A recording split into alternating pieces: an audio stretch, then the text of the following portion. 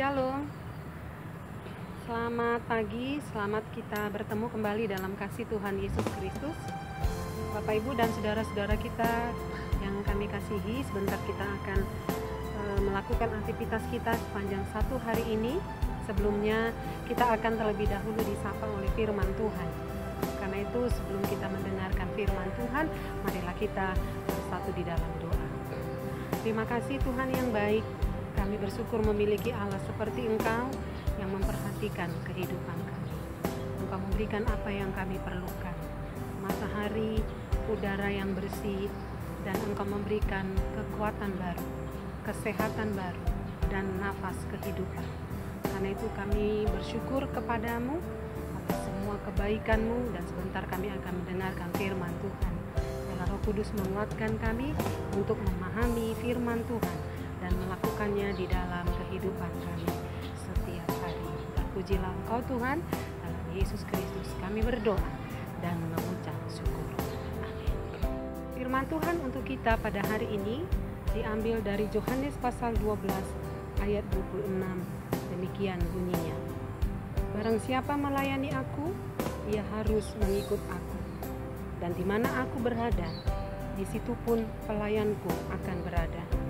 Barang siapa melayani aku, ia akan dihormati Bapa. Saudara, ada satu ilustrasi seorang akrobat. Dia sedang melakukan satu akrobatik dengan 3 atraksi. Dia melakukannya di atas sungai, yang di atas sungai itu dia letakkan seutas tali. Dan nantinya dia akan berjalan di atas tali itu. Saudara, di atraksi yang pertama, sang akrobat berjalan di atas seutas tali yang panjangnya kira-kira 50 meter. Sepanjang perjalanan itu, saudara, dia tidak takut dan gentar, tapi orang yang melihatnya pada saat itu begitu merasa takut, jangan-jangan nanti dia akan jatuh. Tetapi di finish itu ternyata sang akrobat dapat menyelesaikannya dengan baik. Saudara, penonton yang hadir pada saat itu semua bertepuk tangan, mereka kagum, mereka begitu melihat sang akrobat itu begitu luar biasa. Saudara, kemudian sang akrobat melakukan atraksinya yang kedua. Dia berjalan di atas seutas tali tadi dengan membawa beban seberat 50 kg. Saudara, apa yang terjadi? Sang akrobat berjalan dengan begitu tenang hingga pada saat finish tiba. Semua penonton sangat bersuka cita. Penonton mengatakan dia hebat. Mereka sangat kagum. Penonton merasa sang akrobat itu begitu luar biasa. Tibalah saatnya pada atraksi sang akrobat yang ketiga. Dia mengambil sepeda. Kemudian dia menaiki sepeda itu di atas tali. Saudara, orang-orang yang hadir pada saat itu begitu merasa mencekam. Tetapi sang akrobat ini dengan tenang, dia mengayun sepedanya di atas seutas tali ini. Tetapi di tengah perjalanan, dia memberhentikan sepedanya. Dia kemudian bertanya kepada semua penonton, siapakah yang bersedia untuk ikut bersama dengan saya? Akan saya bonceng melewati seutas tali ini. Saudara, semua orang terdiam. Karena apa? Karena ini sangat berisiko. Mereka takut, saudara. Karena tidak ada satupun yang mau ikut, akhirnya sang akrobat kembali mengayunkan sepedanya sampai kepada finish. Saudara, ketika orang melihat itu, semua orang begitu kagum dan orang sangat mengacungkan jempol kepadanya. Ini suatu tindakan yang luar biasa. Saudara yang kekasih, ini adalah sebuah ilustrasi yang mau berbicara kepada kita. Banyak orang menjadi pengagum, tetapi tidak banyak orang yang bersedia untuk menjadi pengikut. Saudara, itulah yang sedang dihadapi oleh Tuhan Yesus Kristus. Yesus adalah figur atau dia adalah tokoh fenomenal. Dia begitu viral. Oleh karena banyak orang yang begitu mengaguminya, orang mencarinya. Karena dia adalah Yesus yang bisa menyembuhkan orang buta, dia bisa membuat yang lumpuh berjalan, dia dapat menghidupkan orang yang mati, dia dapat membuat orang yang kerasukan setan dikeluarkan setannya, dan dia dapat menghapus dosa umat manusia pada saat itu, sehingga orang begitu kagum kepadanya. Tetapi saudara, Tuhan Yesus tidak ingin manusia itu hanya kagum saja. Tuhan Yesus ingin bahwasanya manusia itu masuk kepada tingkat level yang berikutnya, yaitu level sebagai pengikut.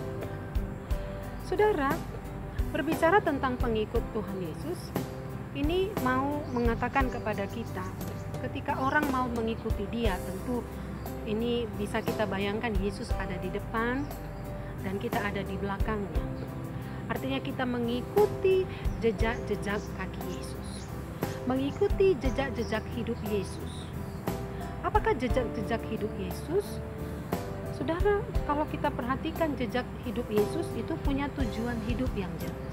Tujuan hidupnya adalah di tengah-tengah dunia ini menghadirkan kerajaan Allah.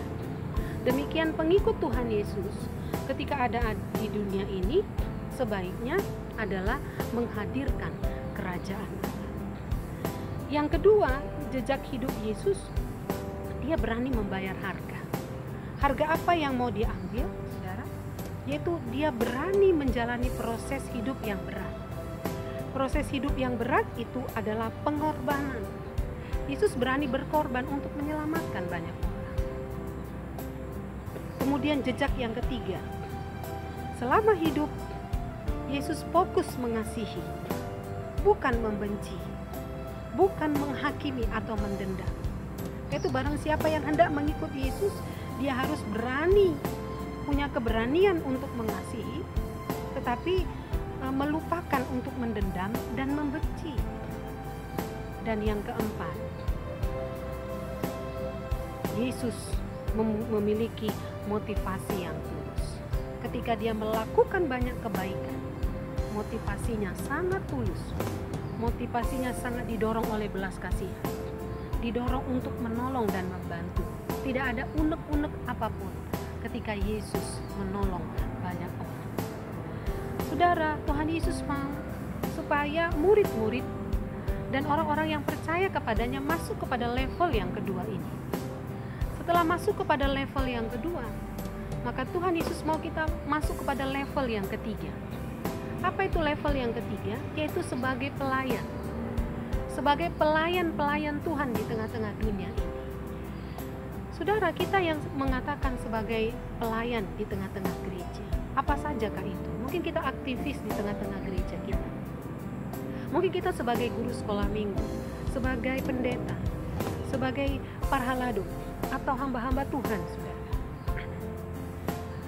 Sebelum kita melayani, maka terlebih dahulu kita harus jelas untuk mengikut Dia.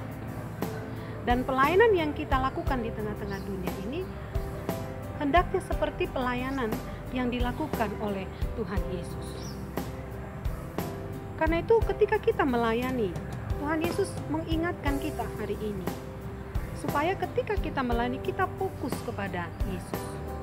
Bukan fokus kepada aktualisasi diri atau pelayanan itu dilakukan karena pelarian atau bosan di rumah atau kewajiban saja, atau hendak mencari popularitas, atau orang mengatasnamakan pelayanan tetapi hendak memanipulasi Tuhan secara rohani. Apa itu? Orang melayani ingin mendapat berkat, orang melayani ingin supaya jabatannya bagus, orang melayani untuk mendapat yang namanya berkat-berkat di dunia ini.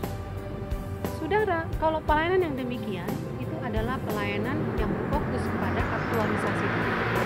Tapi hari ini diingatkan kepada kita bahwasannya pelayanan kepada Yesus adalah pelayanan yang berorientasi kepada Tuhan Yesus Kristus.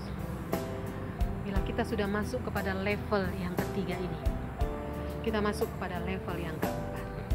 Level yang keempat adalah, saudara, kita dimuliakan oleh Bapa.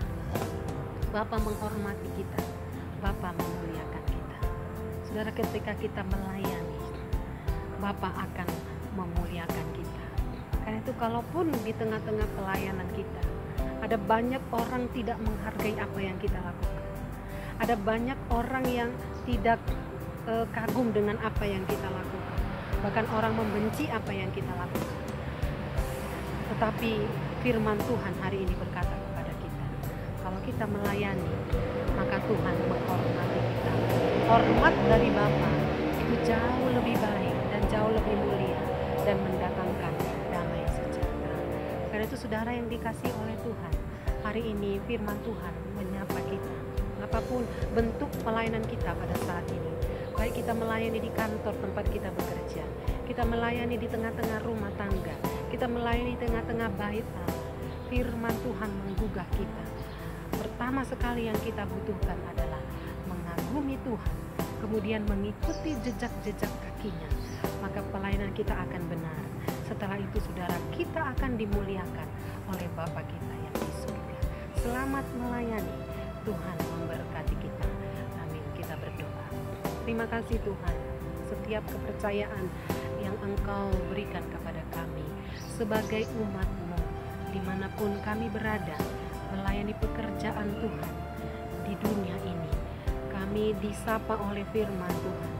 Pelayanan kami hendaknya berdasarkan kepada orientasi mengikut Tuhan Yesus, sehingga pelayanan kami tidaklah untuk memuliakan diri kami, tapi pelayanan kami adalah memuliakan Bapa di surga.